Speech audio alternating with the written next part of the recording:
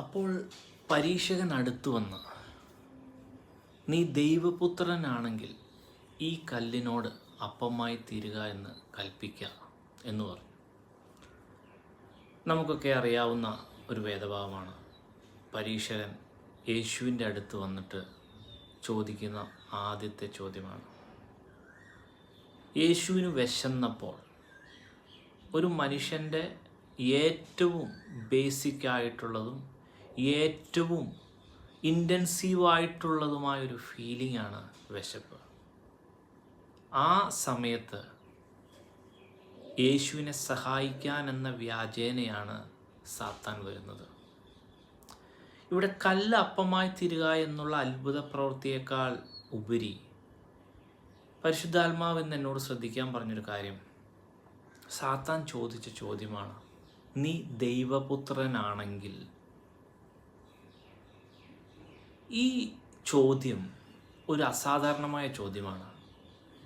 ദൈവപുത്രനായ ക്രിസ്തുവിനോട് തന്നെ സാത്താൻ ചോദിക്കുന്നു, നീ ശരിക്കും ദൈവപുത്രനാണോ?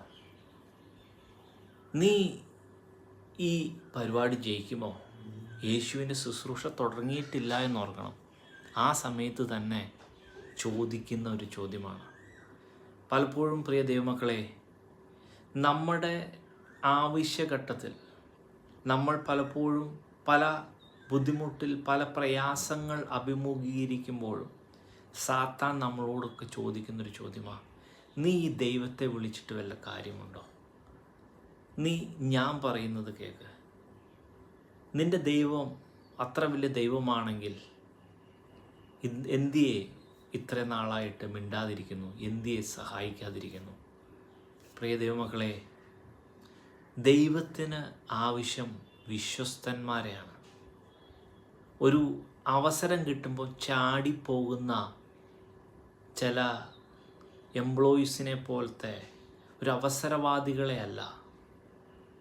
എന്ത് വന്നാലും യേശുവിനോട് കൂടെ നിൽക്കുന്ന, ദൈവത്തോട് കൂടെ നിൽക്കുന്ന വ്യക്തിജീവിതങ്ങളാണെന്ന് നമ്മൾ തെളിയിക്കുവാൻ വേണ്ടിയാണ് ഈ ഒരു സാഹചര്യം ദൈവം സൃഷ്ടിക്കുന്നത്.